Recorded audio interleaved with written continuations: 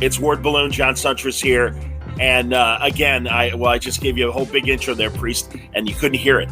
But now we're both live. So welcome to Word Balloon, Christopher Priest. It's great to talk to you. Hi, John. Hey, good to talk to you as well. We're up and running. This is great. Our cameras aren't working, but that's fine. We're going to have a wonderful conversation about this new heavy metal comic that you're doing, Entropy. It is part of the Tarna universe. Give us the 10-cent elevator pitch on it, Priest. Well, before I do that, I just watched your commercial for for the Fantastic Four book. Boy, does that look good! I'm gonna have to get it. I'm gonna have to get it myself. Now the neat thing about being in this business is that I can call somebody. Yes, you can. Absolutely, I can go, man. Hey, look, I'll trade you. You want a Black Adam? Send me, hey, Alex, why don't you send me a copy of that thing?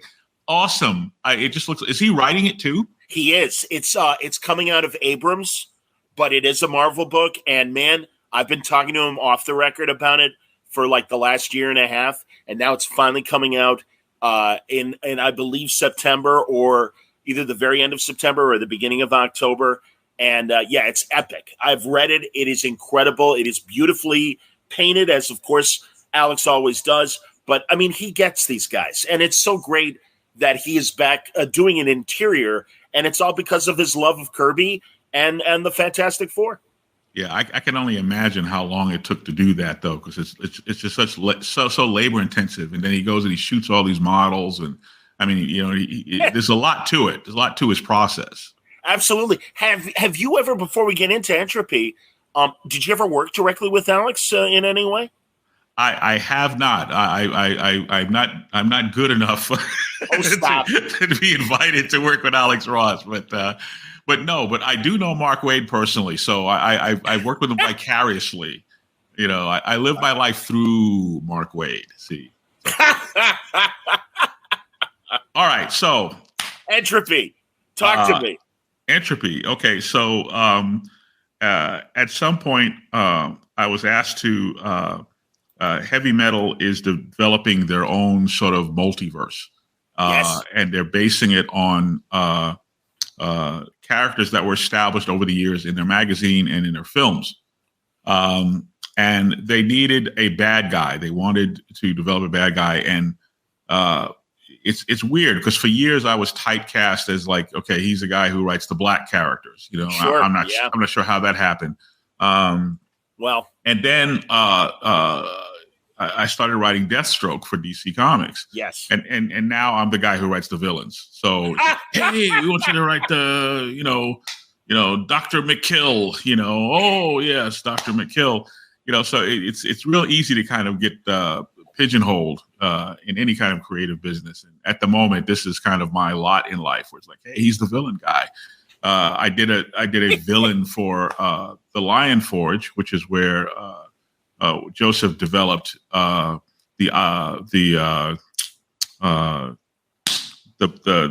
Prime universe, and I'm Catalyst Prime. Excuse me, sorry, Joseph. He was developed the Catalyst Prime universe over there at the Lion Forge, and when they needed a mustache twirler over there, that I got the call. So when Joseph came to heavy metal, and he was given this assignment to create some villainy for the new multiverse, he came to me. So, in my opinion, John, there really is not a story that has not been told. Of course. So yes. What we're doing is we are finding new and interesting ways to tell them. So this is a classic story of an everyman who is given incredible power, who is recruited more or less to be, Galactus's servant. Yes, and you're right, a herald. Absolutely, man. That's the vibe. The only difference is that Galactus found a really good man, and Keiko, the living universe that contacts our guy. Instead of finding a really good man, he finds a guy that appears to be on the surface a very a good man, but now we get to explore I think, and take a harder and more realistic look at human nature. Hal Jordan was like a very perfect person. Barry Allen was a completely perfect person. Somebody who gained this incredible powers of the Speed Force, and it never corrupted him. And he didn't have a lot of skeletons in the closet that could come tumbling out. I wanted to see, like, what if we took a really hard look at that mythology and at that idea, and let's see, realistically, what would happen to a real person who wasn't perfect. He's not necessarily a bad guy, but he's not perfect. And as we go along in the story takes place on two levels. One is what's happening now, obviously, in terms of him getting this power and not knowing what to do with it, and being faced with all these new challenges. But also we see glimpses of the life he left behind. And the deeper we get into that life, on the surface, it looks like Hal Jordan or Barry Allen or Peter Parker. Peter Parker, sure. Yeah, but the deeper you dive into it, you start to realize, that we are all flawed characters. We are all, the Bible says, for all have sinned and fallen short of the glory of God. So there are no perfect people, and certainly this guy wasn't one of them. Isn't it interesting that it took a while for comics to grow up? Because you're 100% right. Dan Slott told me back in the day, you could have the whole Justice League, say on a school bus, and they're going through a tunnel, but the dialogue continues while it's pitch black, and you'd have no idea who was talking because everybody was the same, except, Carter Hall has black hair, and Hal Jordan has brown hair, and Barry's got blonde hair. But again, thankfully, it started with Stan suddenly giving, people a bit more in the 60s and stuff. It graduated even more, I think, in the 80s when you were editing and a lot of, stuff. And then, of course, even within your own runs, and I want to talk about these as well. Black Panther, and was it The Crew, the great group that you created? It was only 6 issues, but I was so mad. Am I right? Is it The Crew? Yes. Oh, Chris, truly, it's one of my favorite things, and I'm like, God damn it! I'm so sorry that didn't continue. And also regarding being pigeonholed, because I really do want to talk about that. I'm so glad that finally it does seem like things are better. And they don't just have the women writing women characters. They don't have the creators of color, or specifically black creators like yourself, where, all right, well, it's priests. So, what black ideas do you have, Chris? I just think that's bullshit. And as much as everybody wants inclusion, and I'm totally there with everybody, but come on, man, you guys are writers. You should be able to write everybody, whether it's a great woman character of color, or a great white character. Well, you got a lot there to unpack. Yeah, let's start with my deep-seated hatred for Dan Slott. It's I tell this story every chance I get. It's just that Dan Slott's a guy who pretty much ended my comic book career. I was invited to one of their Marvel's big writer summits. Yes. Which was very special because you're not really allowed to be there if you're not under exclusive contract to Marvel. So it made people very paranoid. They're like, what's he doing here? What does this mean? Why is he here? CB took us all out to dinner after, and we're at this restaurant, and Dan Slott, sits next to me, or I sat next to him. I don't know how we ended up together. And I stupidly turned to him, because I realized this guy's been writing Spider-Man for, my God, how long was he writing Spider-Man? It really, like years. Literally hundreds of issues. So yeah. Yeah, so I turned to him and I go, see, I don't even know who Spider-Man is anymore. So what's been going on with Spider-Man? Interesting. And he sits there and he tells me. And I'm like, no. That's kind of like saying, how you doing? You don't really want to know how somebody's doing. You're just making conversation. No, but Slott, he says he pivots around his chair and he starts telling me in excruciating detail what's been going on in Spider-Man, and now he's acting it out and he's like jumping up on his chair and he's making these faces. He's like, and I'm the Green Goblin, and he's doing all this stuff. And I'm listening and I'm getting sick to my stomach.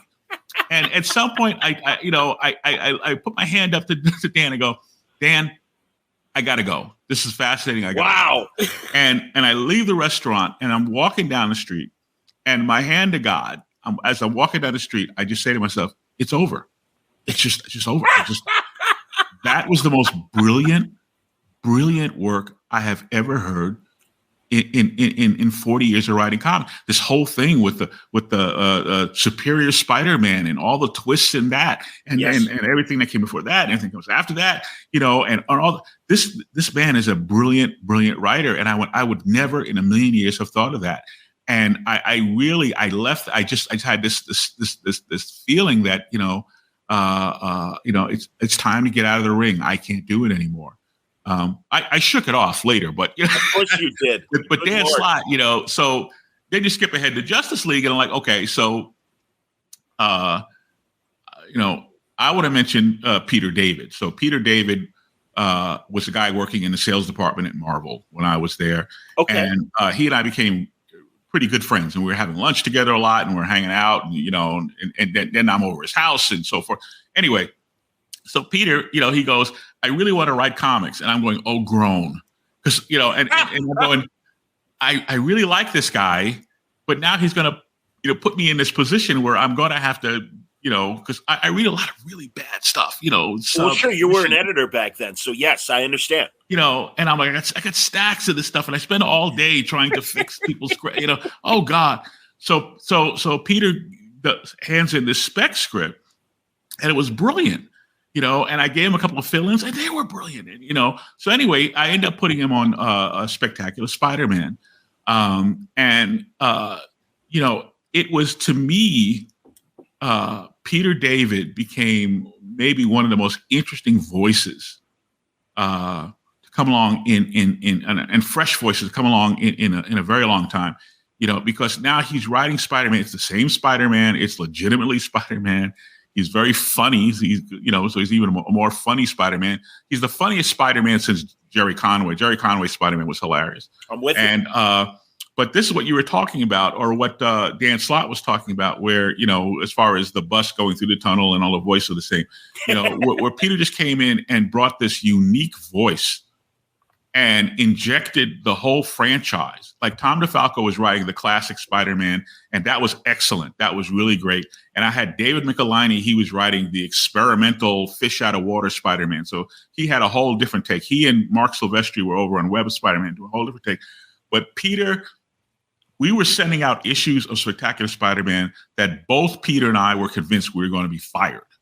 That's how edgy this, when he was trying to kill off Betty Brant or whatever in the whole Death of Gene DeWolf thing and wow. Sin Eater, and this is before Mark DeBattis came in and did Craven's Last Hunt, yes. All of a sudden, but it was Peter who kicked those doors open and said, look, there's more here for Spider-Man. There's more here for Hulk. There's more here for these characters, Now I'm a guy who kind of, most everything I write, including Entropy, and I'm sorry, we will get back to Entropy. Oh, no, I promise. Absolutely, man. Yes. Everything that I write more or less mocks the conventional superhero comic, which is why I am rarely thought of. Like when they get ready to do the big crossovers and, whatever like that, I don't get that call. I get the call for the weird stuff or whatever. But, it's like when Keith Giffen was doing Justice League, and Keith Giffen and Mark DeMatteis were kind of almost mocking,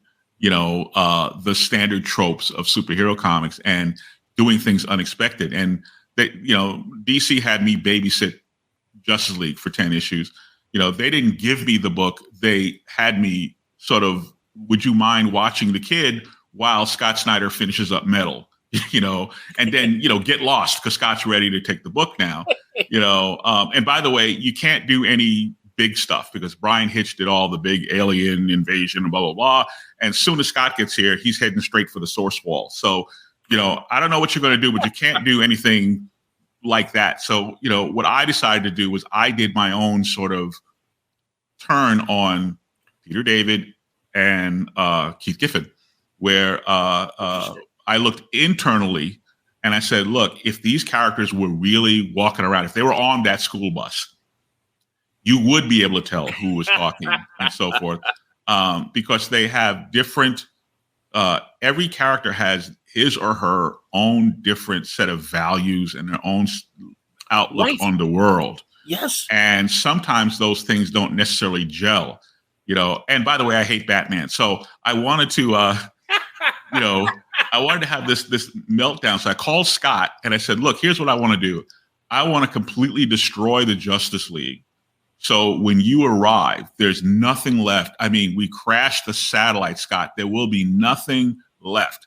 When you come in, you can start completely from, it's a writer's dream to start from square one. And your first story should be why there should be a Justice League. And he thought that was a good idea. And we talked it over, and I talked it over with my editor, and everybody signed off on it, and so that's what I started to find these fault lines within the group and apply pressure. And it was one of the oddest runs on Justice League. It was a love it or hate it thing. You either really loved it, and most people who loved it, they came up to me like at conventions or if I was in the DC office, people would sort of pull me over to the side and they would whisper because they didn't want Dan DiDio to hear him. By the way, I really liked your. I think Dan's around the corner. I really liked your Justice League, because the rumor was Dan didn't like it. Dan didn't. I talk to Dan all the time, and Dan never said anything to me about it. But it's so off the mainstream. It's so different. Yes, and it's such a left turn for Justice League. And it's this thing where like Batman just kind of gets beside himself, and the group, they all go to Superman, and they show up at the Daily Planet and yank him into the broom closet, and they go, "Look, you got to talk to this guy. We've had it with him." Superman, you got to talk to Batman. You got to, and Superman is like, "What? Why me?" He's like, "Well, you know him the best. You got to talk to," because they're all afraid of Batman. They don't want to talk to Batman. And so Superman goes in and he talks to Batman, and Batman is like, "All right, well, I'll take a leave of absence." But on my way out the door, on his way out the door, he goes, "All right, I'm taking a leave of absence, but I'm leaving him in charge." And he points to Cyborg, this character that nobody cares about and nobody really takes seriously. And he makes him the leader of the Justice League and sets him up to fail. And now we have 4 issues of everyone he's second guessing Cyborg, everybody not so sure about Cyborg. And it's like, it can't be because he's a cyborg, right? I mean, what is it about Cyborg that you don't trust? That guy. Anyway, it was 10 issues. It's in hardcover. It's out there somewhere. If you didn't, I'm not trying to shill for my Justice League series. It's just, this is the type of writing that I love to do. This sort of antithetical thing. We're doing it in Black. We're doing it in Black Adam. We did it in Black Panther. And we'll do it in the next Black one. We did it in Deathstroke. We did it to death in Deathstroke. Yes, you did. So this brings us all the way back to Entropy, which is kind of a deconstruction of the whole Galactus, Silver Surfer, Green Lantern, idea with a dash of Breaking Bad in there. Go. I love it, man. And also, I'm really excited that Heavy Metal, beyond the great stuff that we get in the magazine, is doing this comics line because it retains that Heavy Metal flavor. The art is beautiful, and forgive me, one-word named artist, and I want to say Montos. Montos. Thank you, yes. Montos. Beautiful Osvaldo art. Montos. Beautiful art. Greatly. I mean, is he painting? He's the only thing. He's the only thing that anyone will be talking about. Like 10 years, 5 years now, 2 years from now, even 18 months from now. Okay, no one will even remember that I wrote this thing. Whatever. All right. No. I mean, I keep thinking about the Micronauts. Sure, Mike Golden. Comic. Yeah. There you go. Yeah, so yeah. I say Micronauts now, and people go, "Who?" And I go, "Oh, come on." Well, and this was a comic book that was it was a licensing tie-in. It was a nothing book. It was really not that important. And I was at Marvel, or I think I might have just been coming into Marvel at the time. Whatever it was, we didn't pay a whole lot of attention to it because it was Micronauts. But then the art came in, and we were like, "Who's this guy?" And do you remember who wrote Micronauts? No, you're 100% right, Priest. I am embarrassed to say that I don't remember. Please, flip the cards for us. A legendary name in the business, Bill Mantlo wrote. I was gonna. All right, oh man, why didn't I buzz in? Damn it! I could have won $5,000 on that. and it was some of the best writing that Bill ever did. It was a Yeah. brilliantly written book. Priest, you are so right. And I loved Matlow, and I'm so sorry that he is not immediately mentioned in the conversation when we talk about some of the great Marvel writers, because he absolutely is there. And again, Yes. Priest, we are close enough in age where we've been reading this stuff for a long time, and that's great. But that's great, man. And also, I mean, it's true. I mean, God, I've seen it at conventions where wonderful creators who we all know and really revere and stuff. And, everyone wants, well, I want to talk to Tom King. I want to talk to Scott Snyder. And there's nothing wrong with Tom or Scott. But it's like, these guys really, they really provided the building blocks and were the inspirations to today's generation. That happened with me and John Ostrander, where he wanted to meet Bendis. And this was like 15 years ago at a New York con. And John was just really like, I don't know, maybe, I don't want to bother him. I'm like, John, you're John Ostrander. I know Brian. Brian is my friend. He is going to shit his pants meeting you. And it was so great. Brian got up and he hugged him. And he's like, I can't tell you how much your work has meant to me. And, just gushed over him. And we walked away. And John's like, God, I'm so glad you convinced me to go over. I'm like, John, you're like a giant. And you know him. He's a great, shy, very modest man. But it's so true, Chris. I mean, honestly, all these people. But back to Entropy. Wait. We have to clean this up now. Before we have to clean this up, okay? Do it. Tom King is one of my favorite people in this business. Sweetheart, one of my best friends. He was very welcoming, and when I was getting a lot of crap about Batman showing up in Deathstroke, Tom was very generous, and there's a lot of stuff there. And then Scott Snyder. I'm a little embarrassed because when I met Scott Snyder, I thought I bumped into him at a convention, and I thought he was Leonardo DiCaprio. I see. And he comes up to me and I go, "Oh wow, it's Leonardo DiCaprio." And then he goes, "No, I'm Scott Snyder," and I go, and then it takes me a minute, because I started to say, "Oh, that's right, you're that new hotshot Batman writer guy," that kind of thing. Because I had been out of the business for a while, and it's like I don't really, I write so much that I don't have time to keep up with comics and stuff. So honestly, I'm trying to be diplomatic about it. I don't read a whole lot of comics, so I knew who he was, but I was a little embarrassed. I was kind of, that's right. Okay.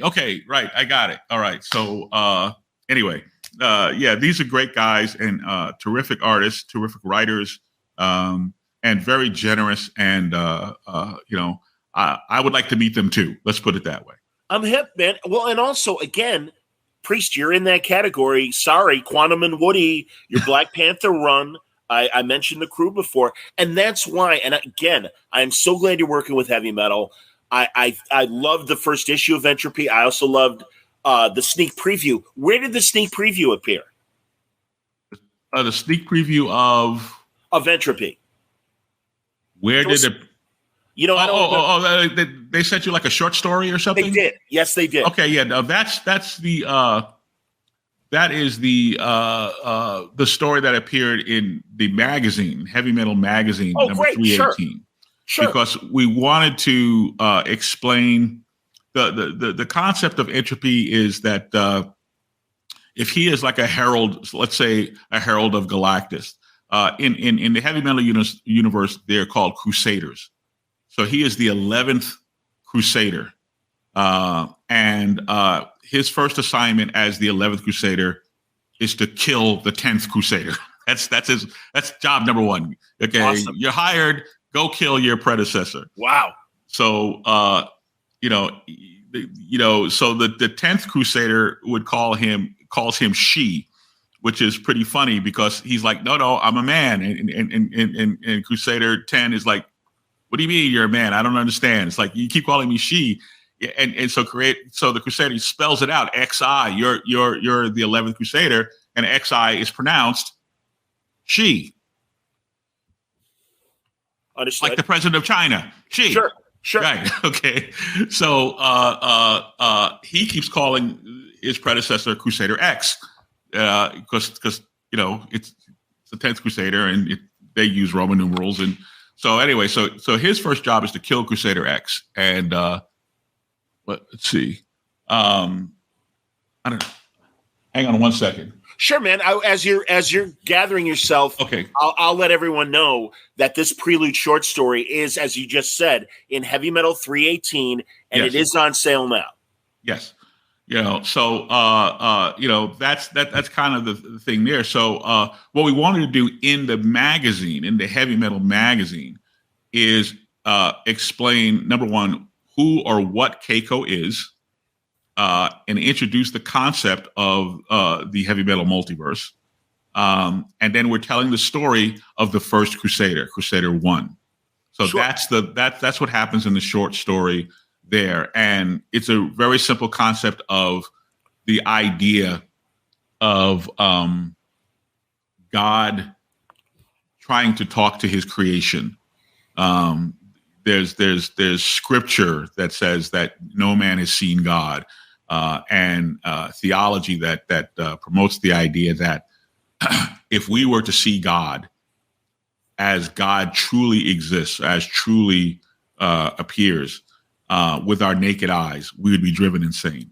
Our human mind could not comprehend it, which is why God speaks to us through avatars, speaks to us through proxies, through inspiration, whatever it is that you personally believe, even if you believe there is no God. Believing there is no God is in and of itself a belief. So, however you manifest that idea. So the story in Heavy Metal is like, here's this, the universe's speculum, the multiverse of Heavy Metal. Most of these are living entities who manifest themselves through these avatars called meridiums. Yes. And Tarna happens to be the best known and maybe the first out of the box of that bunch. Yes. But this character Keiko, this universe Keiko, is kind of a rebel. He doesn't play well with others. And Keiko has no avatars, has no meridiums. And the story in Heavy Metal is the story of what convinces this creature, this Keiko creature, I probably need somebody to speak for me, because every time I open my mouth, I destroy a planet. So he's trying to do better with that. I hear you, man. And Tarna, again, I'm so glad that Heavy Metal is like, this is a great character. Everyone knows her from the movie. Why aren't we exploiting this and expanding on the universe? And truly, it is such a great Heavy Metal idea. It so fits the color of the magazine and the vibe that the magazine has always had. And truly, these comics, well, they're going to guys like you and Montos and Joe Illich to edit and stuff. And it's like, you guys know what you're doing. And it's great to see that you're getting this platform. And again, you could start at square one. You don't, it really, I'm sure, gives you a lot of freedom to build in the Tarna universe with Entropy. Yeah, I just about with everything I do, I really do try to make at least the first issue or two super accessible.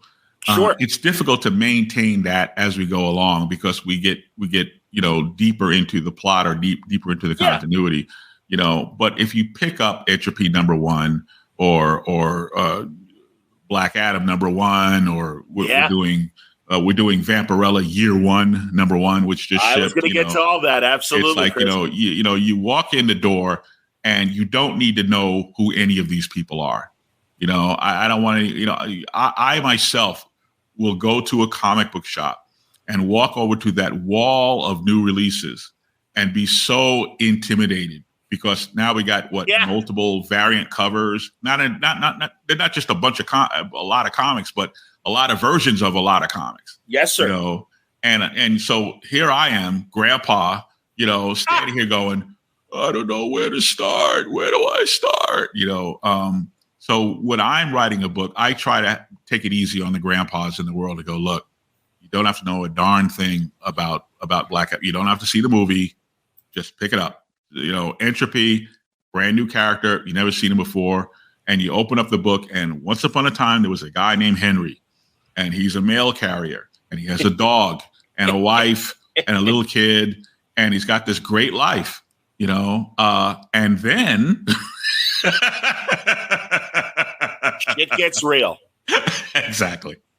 Beautiful, man. Well, and again, hey, you don't have to worry, Priest, because ageism is one of my biggest bugaboos. And it's like, hey, guess what? All age, as we get older, all that means is you're more experienced. And you can really bring everything that you've learned through your great career to new projects. And I hear the excitement in your voice about doing this. And truly, again, back to the basics of I'm so glad that, although, as you say now, you're being pigeonholed as the bad guy writer. That's the pigeonhole of the week. I'll have another pigeonhole next week, probably. Priest, as I was telling you off the air, I spent 16 years in boxing. I was a music DJ when I started in radio. Yeah. My last job in radio was a traffic reporter.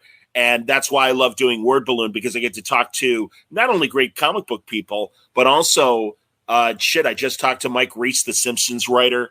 And it's like, no, this is finally the radio show I always wanted to do. And that's why. And then truly, man, I'm in my late 50s. It is very liberating, thankfully, with digital platforms to be able to do the kind of radio show I always wanted to do, but never would have been able to in over-the-air terrestrial radio. So I feel a kinship with people like yourself that are finally getting the opportunity to burst out of whatever pigeonhole you're in today. Well, nice thing about the time that we're living in now is that if you're a creative person, whether you're a singer, or a writer, or a dancer, or, if you're a broadcaster like yourself, a butcher, a baker, a candlestick maker, you don't have to wait for anybody's permission to do whatever it is you do. You don't have to wait for a publisher to say yes or no.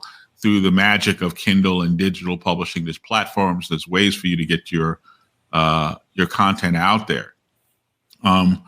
Quick story. So this is years ago during the Black Panther days. We're invited to so there's Eastman and Lard, the turtle guys. Okay, so Laird, excuse me. So we're invited to one of their houses. Okay, and it's in Connecticut or wherever it was. I think it was Connecticut. Anyway, big party. So we're there, and here's the Marvel Knights crew, and here's some people that work with the turtle guys and so forth.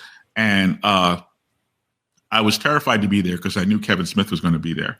And I had never seen a Kevin Smith movie. I barely knew who he was. I didn't know what he looked like. I was, but I knew he was writing Daredevil, and we were all there, So I'm at the party, and so this guy sidles up to me, and he goes, "Hey, excuse me, I'm Kevin Smith," and he wants to tell me that he really likes what I'm doing at Black Panther. And I go, and I'm thinking to myself, bullshit, okay, that's what you say, and except that he starts quoting stuff back to me from my Black Panther stuff, and while he's talking, I'm doing. You remember the first Terminator movie, the low budget one, where Arnold had all these like data points that would come on the screen where he's trying to figure out the right response. So Kevin Smith is talking, and I'm like, I barely know who this man is, and I'm going, okay, do I try to bluff my way through this? Do I just be honest with the guy? And I just didn't know what to do. So finally I went, you know what? I'm not going to make it. If I start trying to congratulate him on, Clerks or something, I'm going to blow it. Right. So I just went, it's really nice to meet you, Mr. Smith. But, I got to tell you, I barely know who you are. I've never seen any of your movies, and he laughs and he goes, well, he goes, well, that's great. Cause now we can just hang out, because I'm not going to feel like, great. You're not going to do the fanboy thing, and you're not going to do you're not going to try to make me read a script, and oh my God, that took such the pressure off. And I was like, and we just hung out with the rest of the gang for the rest of the evening. And it was totally cool because, I didn't have to treat him like a star, and he didn't need to be treated like a star. And, he was totally fine with the fact that I hadn't seen his movie. Now, of course, after I left, I went home and I immediately started getting all his stuff, and especially I think I really love Dogma. Did you see Dogma? That was so Me great. Too, man. Really smart, deceptively smart movie. And and Chasing Amy and all this other, and I go home and I'm imbibing all this Kevin Smith stuff. And now I'm going, God damn it, I could have talked to him about this movie, which is exactly what he didn't want to do. I'm hip. Yeah. So lucky him, but I was a little embarrassed about it. But again, you get to just be guys that love the same shit. I'm sure you had tons of Marvel conversations and everything, and or even maybe not. I have no idea. But this is what I love about Word Balloon, man. I connect with my guests, and I find out beyond whatever they're promoting the other stuff that they love, and then hopefully, and it has happened anecdotally, where creators will tell me, "Hey, I was in Australia and I met Gail Simone." And your interview with her came up, and she likes to make ships in a bottle. She doesn't, but as an example. And I make ships in a bottle too, and it's great because then again the pressure is off, and they're both talking about shit that they love. And truly, man, this is what I love. And man, you're unpacking a bunch of stuff in the best way. But I'll tell you what I do. I'll hit the current stuff. And I'll beg you to come back, and we can get into the great years of Priest at Marble Knights and all the other stuff. So you mentioned a Vampirlella annual, and again, there you go. You're doing another character that. Wait a minute, that's not a black guy. What the hell? How dare you, Chris Priest? Shame on you. But no, tell me about the Vampy annual coming up. Well, it's not an annual. It's a series. It's a Vampirella Year One. Oh, there you go. Okay, so wow. So we're kind of, which is kind of poorly titled because it's a book that follows her growing. We watch her grow up on Draculon, and it's kind of absolutely. It's kind of an experimental pilot thing where I wanted us to see, can we sell a book about her life there, about her either as a kid or adolescent? Sure. And well, maybe yes, maybe no, because the sexuality is such a huge part of the character's appeal. I'm no fool. No, you're so right, Chris. Absolutely, man. Go on. But when we're dealing with her as a child or as an adolescent, those topics are off limits. They're we don't in any way go there. When she's 11. Sure, we can't do that. So there's some nervousness, that like, well, I don't know, will the fans, will they support this book if she's not running around half dressed and in that classic uniform? Yes, indeed. And my God, if we have to rely on actual character, will people actually buy the book? So far, I think we're doing just fine. I tend not to follow numbers. I just keep writing until somebody calls me up and says we've been canceled, Okay. But we're having a real blast with that because there's been a million Vampirella stories written, very few that explore this part of her life. So I feel like there's all this wealth and an animated cartoon with young Vampy, with little Vampy flapping around on Draculon. And I'm working with this wonderful artist, Aragon Gunduz, who is doing this really sort of animated style. I want to say cartoony, but I don't mean that as a in a derogative sense. And it's this very lushly airbrushed artwork that will remind you of animation cells. It looks like these look like they've been taking clips right out of an animated movie. And I talked to Nick Barucci about it. I said, there's something here, a kid Vampirella flapping around on Draculon with all this kind of weird oddball sort of Mobius designs that this guy does with this lush color and so forth going on. I think that's really interesting. And of course, we ultimately bring her to Earth. She arrives on Earth. She can't speak the language. She doesn't know what the customs are. She's just dropping off this human who wandered over to Draculon. And she wants to head to the nearest spaceport and catch a space transport back to Draculon. But it's the year 1969, awesome. And it takes us 5 days to get to the moon, for crying out loud. Hell yeah. So she's wandering around Earth, trying to find the commander of our Space Force because she doesn't speak the language, but she's heard all these TV broadcasts. So she's looking for a guy named Hugh Stone. Can I find Mr. Hugh Stone? 'Cause all day, all she hears is Houston this, Houston that, Houston this, Houston that. So she's like, so if you ever saw like The Fifth Element, Sure. where Mila Jankovic, Yeah, maybe it is Jankovic, but yeah, I'm with you, man. Go on. But where she is talking in this very broken English, and Vampirella gets in a taxi and she goes, Houston, and that kind of thing. So it's a lot of fun. It's hilarious. It's a whole different take on the character. And we have these framing sequences where, this is sort of a second of a trilogy of miniseries. The first part was with her and Dracula getting married. And at the end of that, spoiler alert, cover your ears, but at the end of that, you realize that Vampirella is with child. Wow. And so we have these framing sequences throughout the year one thing that keeps that subplot going, where we see what's going on with Vampirella's pregnancy.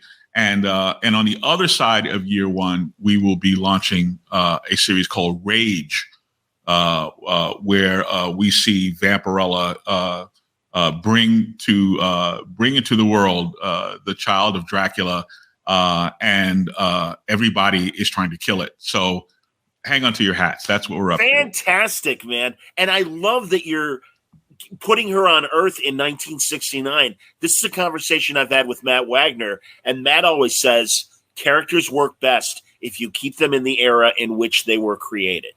And so yeah, thoughts on that, if you will. Well, what we're saying is that I was brought in to handle her 50th anniversary. Yes. So I try never to step on another writer's work. And so what I've decided is that I think that everything that we saw happen with Vampirella happened.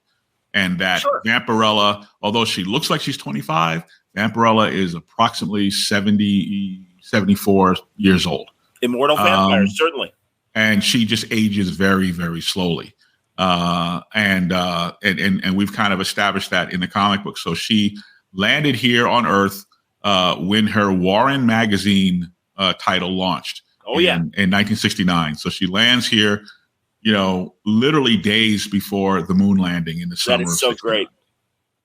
That's great, man. It's brilliant. Truly, man. And again, we're close enough in the same age, Chris. I was reading those Warren Vampies, and they were amazing. I have to admit, I wasn't reading the Harris years, but I'm glad that Barucci and Dynamite have thought to go to you for these stories. And I think it's brilliant. And again, because all we've mostly gotten, and I'm not complaining, is sexy adult Vampirella, there's a backstory to be told. And I think that's wonderful that you're getting that opportunity. Well, there's a catch-22 here because obviously, the cover art, the variant covers, that kind of thing is a very strong selling point where the cover itself becomes in its own right, including with what we're doing with Entropy, becomes a collectible, in its own right. Gorgeous cover, by the way, for Entropy 1. Well, there's a couple of them. There's a bunch of them. Oh, okay, the one the cat sent me and everything is amazing. Go on. Please. Yeah. There's great art on the covers there. But at the same time with Vampirella, it kind of fences off part of the audience because people don't realize that this book. Let me put it this way. When I saw the HBO, when I heard about the HBO series 6 Feet Under, I didn't watch it. I skipped it because I thought it was zombies, and I'm not really into zombies, and I'll skip it, And 6 Feet Under has nothing to do with zombies. It's about a family who owns a undertaker business, and it's about this family and the stresses that they encounter, and it's an incredible series. But I just got a whole different idea about what the series is about. And Vampirella is so funny, particularly our launch issues, our first issue, whatever like that. And Vampirella is talking to this psychiatrist, and the psychiatrist is I shouldn't say who he's inspired by, but he's a salty older black man with a real attitude problem. Okay. Gee, I wonder. The book is poignant. It's got action. It's funny. It's got a lot of heart to it. It's not just TNA is what I'm saying. I'm hip. So it's just but you got to get a lot of people who don't read. Like we went through this with Deathstroke, with the people who would not read Deathstroke. They didn't read it because they assumed that it was just about a guy, blood and guts, and this guy whacking people up with a sword, because that's what they saw on the cover. And I don't really have a whole lot of muscle to assert on the marketing and so forth.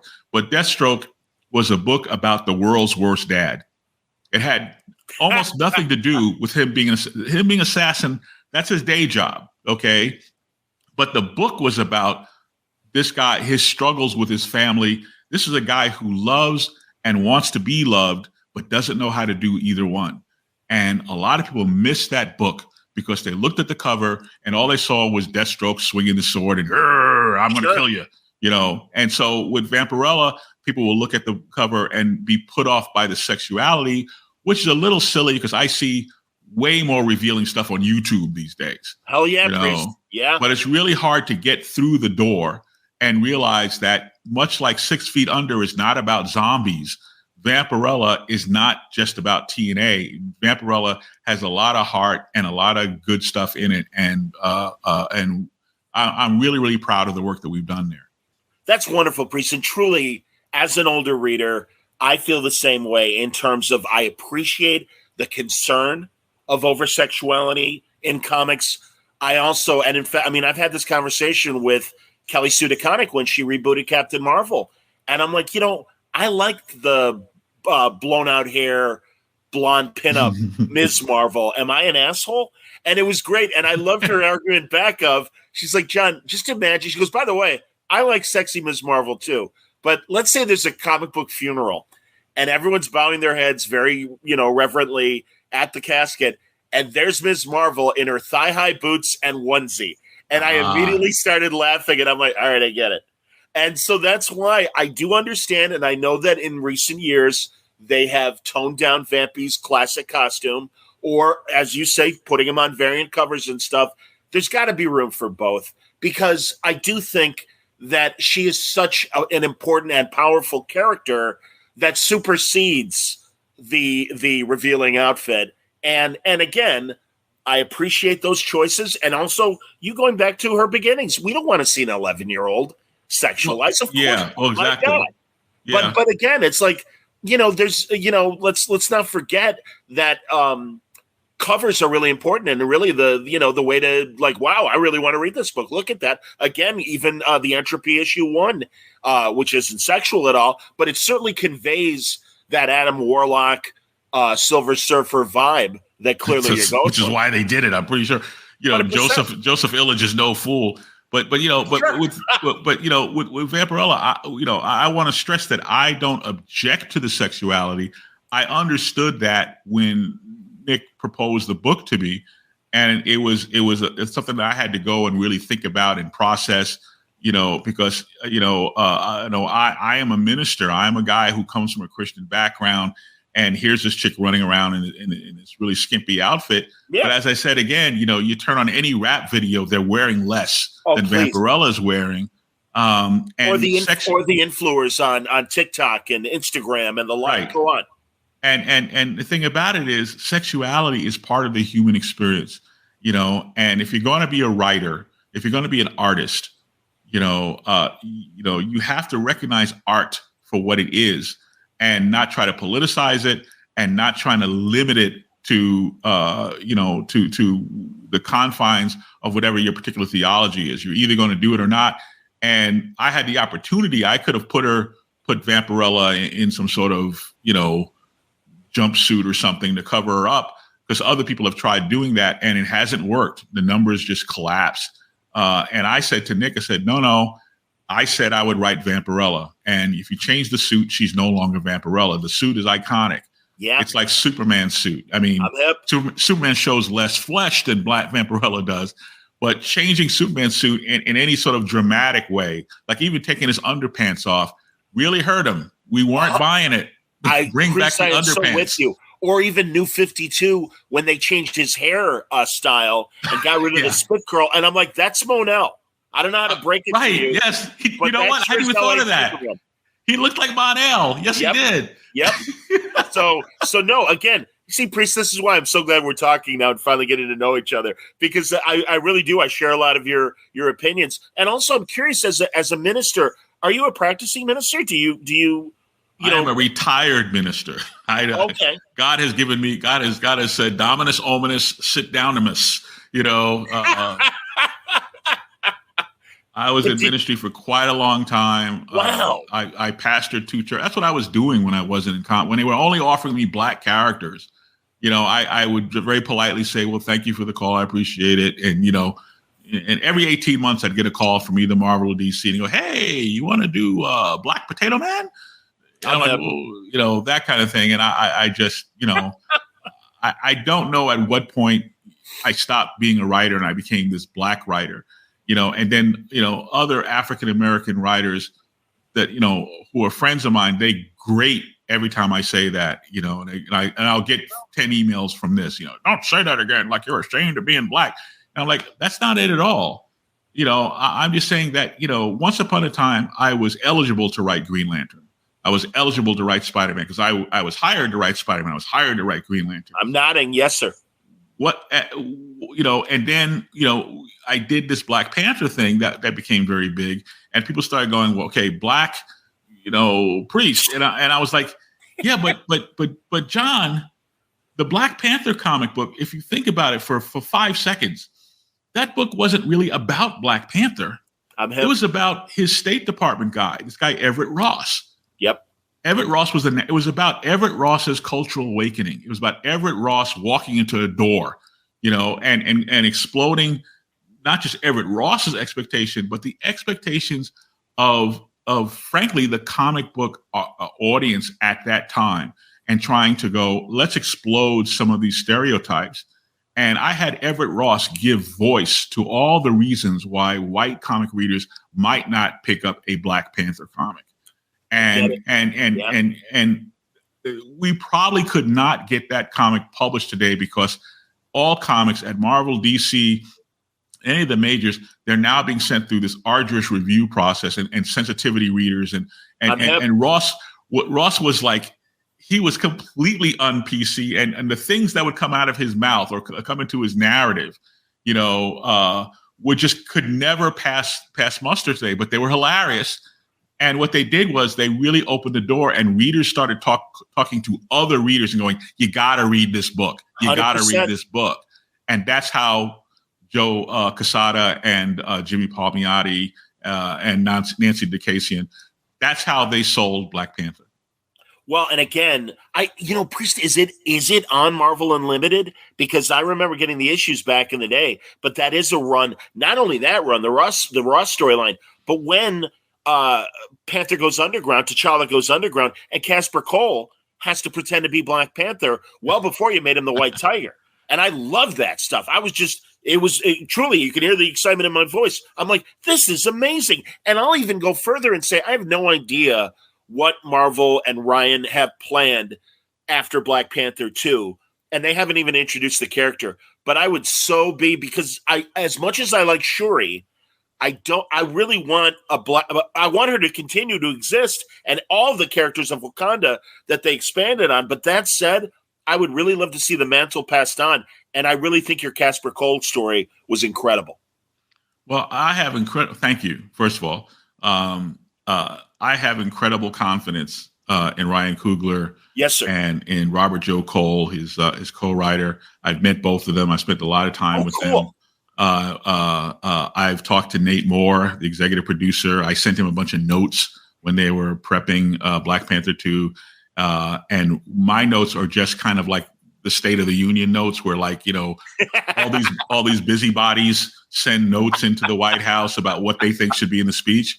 Okay, I have no control over what's going to be in the movie. I don't know what's being in the movie. I have not been to set when they were shooting. I've kind of stuck my nose out of it. If they everybody has my phone number. If they want to talk to me, But I have a lot of confidence in them, and I also try to treat the MCEU and Mr. Feige's world. I try to treat that as a separate thing, as its own animal. And God bless them, and I'm always excited and interested and intrigued to see how they teach this old dog new tricks. Not necessarily just me. I mean, it's just how they find and sometimes finding the obvious that we never thought about, but it's been there all along. And somebody on their side of the street finds it, and we see it on the screen. We go, why didn't I think of that? Of course. Damn that Dan Slott. I hate him. But you're right. And again, Feige gets it. Feige gets what has come before in comics and is able to translate it on TV and in the movie screens. But like you said, add a new dimension. The Hawkeye miniseries was fantastic in that way. I'll confess I haven't started She-Hulk yet, but I hear all the great feedback about it. And Tatiana Maslany already proved herself to me in that wonderful BBC show of hers, Orphan Black. And when I heard she was cast, and even by the trailer, I'm like, this is the right actor to deliver. They're going to be fine. I was on set for part of the they were shooting Endgame. And, oh wow! And they were shooting this scene with Mark Ruffalo and oh my God, I'm sorry, I'm having a senior moment now. Black Widow. Oh, Scarlett Johansson. Thank you. So now let me tell you, when you're on a movie set, it's the most exciting 15 minutes of your life, followed by 6 hours of sheer boredom. I've been on many movie sets. I know exactly what you're talking about. Go on. And when you have the tight security around Endgame, if you're lucky enough to get in, and really they need a copy of your taxes and they need your blood type and just to get in the door, they're not letting you out until they're ready to you can't leave, right? And it's cold. They've got like the air, so they got the Quinjet and they built the whole damn thing is hanging from the ceiling, right? And here's Scarlett Johansson and here's Mark Ruffalo, and they're doing the scene, and they cut, and then and then it's like a half an hour while they change the lights, right? And then they put the camera somewhere else and they do the scene like another 10 times. They cut, and then they move the lights around again. And I'm going, oh my God, So Kevin Feige finds out I'm there, comes down out of the ivory tower, wherever he comes, his magic kingdom, wherever he is. And then one of the directors, because they're brothers, one of the directors comes over and introduces himself, and they come down and they say hello to me, which I think is really nice because who the hell am I? I get it.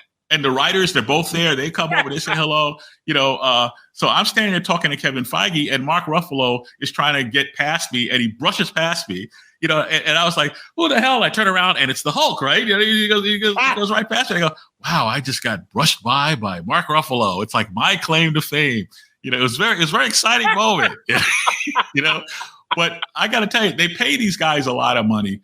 I recognize that you're a prominent actor. You have a good fee, you have a good agent, but your agent takes a chunk. The government takes a chunk.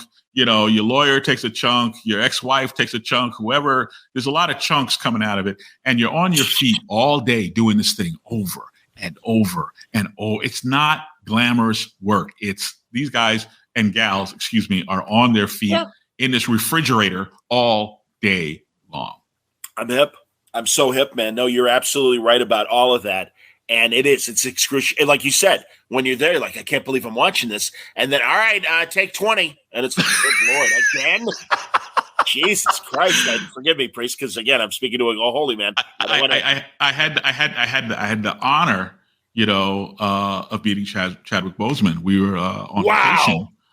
And at some point, they cut for a minute. They were shooting the scene. There's a scene in I think it's either Endgame or it's the one before that, where they go to Shala to ask his help, and they're doing this walk and talk down this grassy slope here.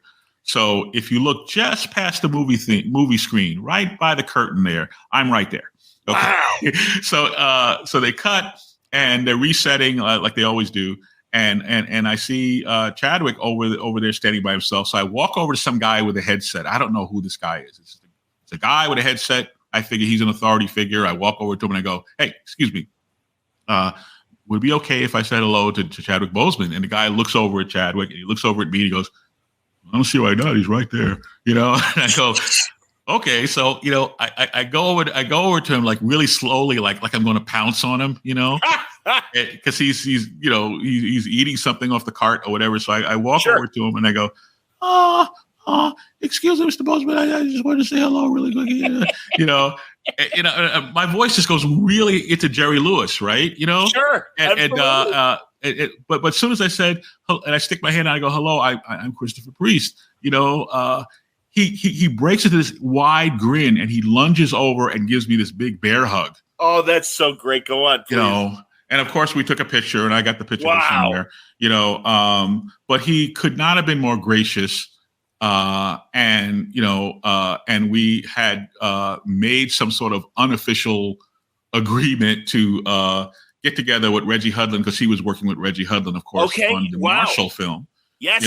And Reggie's a good friend of mine. I said, well, next time in LA, I'll call up Reggie, and Reggie has all these sort of, well, I guess we all do have like our little favorite places, little secret cafes or whatever like that. So like Reggie's really good for a late night run out for a snack somewhere, and so I said, look, next time in LA, we'll all get together.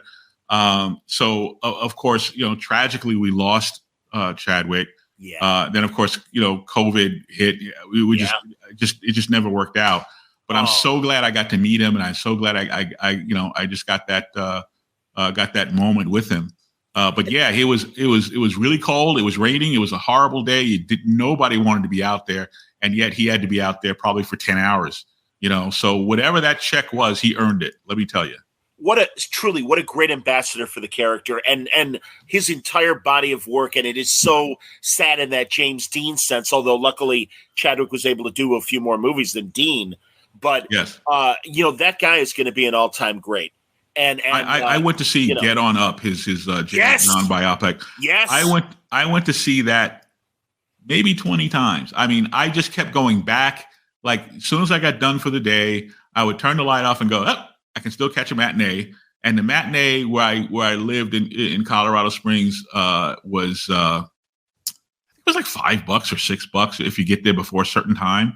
So I'd rush down there to catch that the early bird special, and I would sit there and just watch this man work, and the genius of him doing this scene with Viola Davis, and I could feel how painful it was for the character, and certainly for Chadwick, because the legend was, the urban legend was, they were shooting this scene where James Brown is having this painful moment with his mother. And in the middle of the scene, because of union rules, whatever, they had to break for lunch. And Chadwick just refused to leave the set. He sat in that folding chair for that hour or whatever it was until they came back from lunch to shoot again, because he didn't want to lose the moment. Because the emotion, if you remember that scene, the emotion was so intense. And Miss Davis, unspeakably, unbelievable performance. And the two of them together was just, oh my God. And I went to see, I must have seen that movie like 20 times in the theater. Yeah. Dude, his Jackie Robinson movie, the James Brown, everything he's done just shows how versatile he was. And I was talking to Jeremy Hahn, the artist, the night that they announced that Chadwick was dead. And it happened literally. I mean, we got the word while we were doing our interview, and all of a sudden it suddenly became, all right, we got to talk about Chadwick and how important he was. And God, his SNL guest appearance when T'Challa's on Black Jeopardy. Good Lord. Oh my God. And that's the thing, that, or even when he was with Jimmy Fallon and they were at a movie theater and they would surprise moviegoers. And, I love Black Panther and it means so much to me. Well, here he is right now. And just the reaction of the fans. And that's why, man, just beautiful stuff. And that guy's immortal. And I'm so sorry he's no longer with us, but we're going to be talking about his body of work for decades. I am certain of it. Absolutely. So, yeah, man. Chris, you've been so generous with your time. I hope it's okay that maybe we can talk before issue 2 comes out for Entropy, which is October 5th. I do want to let everyone know before you say yes or no, and you don't even have to say yes on the air. But first of all, again, the preview story of Entropy is in Heavy Metal 318. That's on sale now. Issue 1 of Entropy, also on sale now. Christopher Priest, Montos doing the art. It's beautiful, man. And congratulations, because I really want to talk to you also about Black Adam and get more into Vampy and stuff. And but also happy to promote more of Entropy. So if you wouldn't mind, like either, maybe a month from now, coming back. Oh, sure. Whenever. Just, you know how to get in touch with me. That's fine. Yes, sir. Absolutely. Seriously, Priest, this has been so great. And again, a long time coming. Before I do wrap up, and the fact that we were talking about your Black Panther run, do you know, is it on Marvel Unlimited, or are they worried, in that same way, unfortunately, that a lot of the old Shang-Chi stuff, that stuff gets very dicey in terms of, by today's standards, some of the stuff that Black Jack Tar and how we would refer to Shang-Chi and stuff like that. So I have no idea because I'm not on Marvel Unlimited, but I can ask Mr. Quesada, and next time we talk, we'll have an answer for you. I would be surprised if it wasn't, but if it wasn't because of Ross's interesting speech pattern, let's say, then that's an artifact of the times we live in. I'm hip. No, and again, Priest, you and I understand we could put these things in context and say, thankfully, we've moved beyond that and we're in a better place. And certainly your Vampirlella story at Dynamite is reflective of that as well. Well, listen, Joe Illidge is waiting to talk to me. Oh, and, who cares? Make him wait. Yeah, I know. Screw him. I know. and much like you, Chris, it's been a long time coming for me to talk to Joe, and I'm really looking forward to that as well. And we'll have before you go, wait, I got one last question for you before you go. So, sure. If you read the Warren Vampirellas, yes, sir. Did you have to hide them from your mom? Because I sure did. 100%. Okay, got it. Those covers. My God. Really. Boris Vallejo covers, yes. Yes, and God damn it, there's beauty. Sorry, Priest, I apologize, right. Man. You're a man of the club. I don't want to be disrespectful. Oh, that's all right. I cuss like a sailor. But truly, man, those things were beautiful, but at the same time, not the greatest thing to have under your bed if you're a 12-year-old kid. No, it was the greatest thing to have under your bed. Not the greatest thing to leave lying around so your mom can, that stuff and Prince's Dirty Mind album. I had to hide that at all costs. Prince in a zebra skin bikini, leave it there. You are so funny. Have you watched that Mike Judge animated show on Cinemax? You have to really hunt for it to find it. It was called Tales from the Tour Bus. The first season was all about country music. The second season was all about R&B. And they have these incredible interviews with Morris Day and Bootsy Collins and all these incredible artists about not only themselves, but James Brown, Prince, Rick James, everybody. And they're brilliant the whole season. And truly, Priest, I think you'd love it if you haven't seen it. I'll go find it. It's Tales from the Tour Bus, everybody, for the viewers and listeners as well. And these stories are just brilliant and very true. And it's all, as it says, Tales from the Tour Bus. It's the costume person. It's the hair person. It's the crew. It's the road tour manager. All have these amazing stories. And I can't recommend it enough. And as a storyteller, I think you'd really appreciate it. Excellent. So, I'll check it out. Thank you. There you go. Priest, thank you so much, man. Again, long time coming. It means so much. And truly, I will hold you to it that in time for Entropy 2 and also, more Vampirella Year 1, and we'll finally talk about Black Adam, but maybe get more into some Marvel Knights stuff.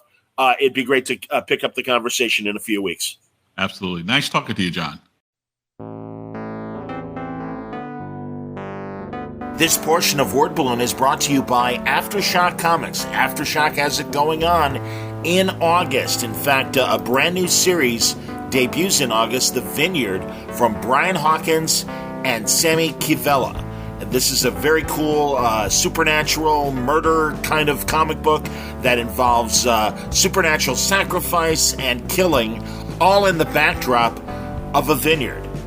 Pretty crazy stuff. As they say, what one goes best with murder, you'll find out in The Vineyard this month from Aftershock Comics.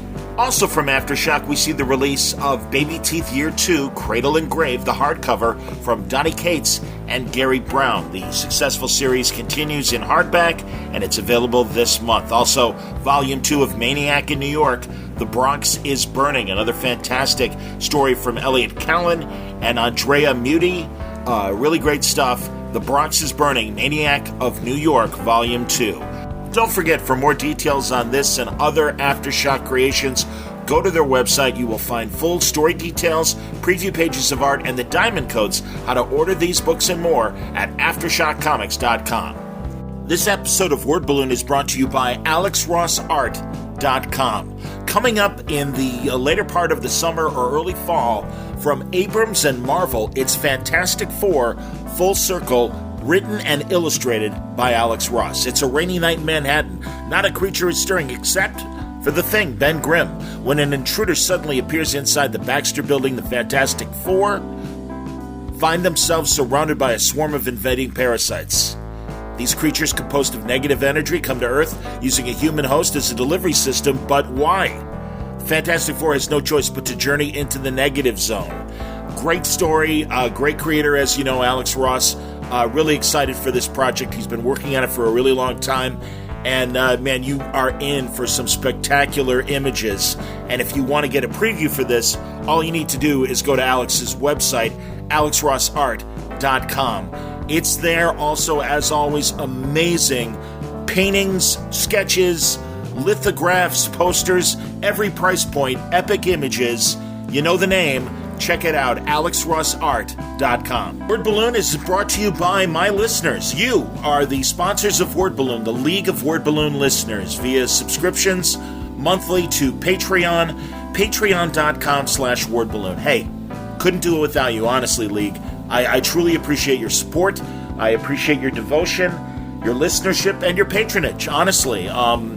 You know, if you can even spare $1 a month, it's greatly appreciated. It helps me make these terrific shows, go to conventions where I'm not sponsored, and, you know, keep networking and making interesting programming, hopefully for you to enjoy every month here on Word Balloon. But I couldn't do it without you.